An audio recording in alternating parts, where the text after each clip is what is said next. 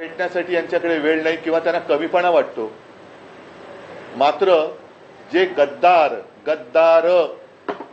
शिवसेना चोरून शहासेना ज्यांनी स्थापन केलेली आहे आणि स्वतःला जे शिवसेना म्हणून मिरवत आहेत ते गद्दार काल पंतप्रधानांना जाऊन भेटले. त्यांना भेटायला पंतप्रधानांकडे वेळ आहे. शहासेनेचे प्रमुख शहा काल मुंबईत होते. त्यांचं स्वागत त्यांनी ठेवलेल्या या गद्दारांनी केलं असेलच. मात्र हे गद्दार खासदार यांना भेटायला मोदींना वेळ आहे.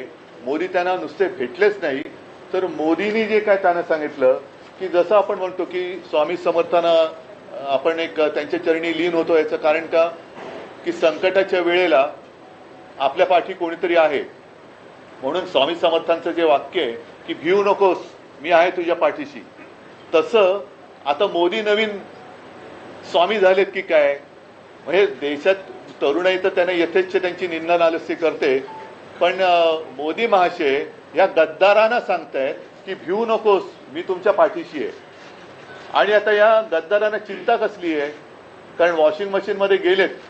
यांना आता यांच्यावरचे डाग तर धुतले गेलेत, मात्र गद्दारीचा डाग हा धुतला जात नाहीये. तो डाग धुणारं वॉशिंग मशीन अजून भाजपकडे आलेलं नाहीये.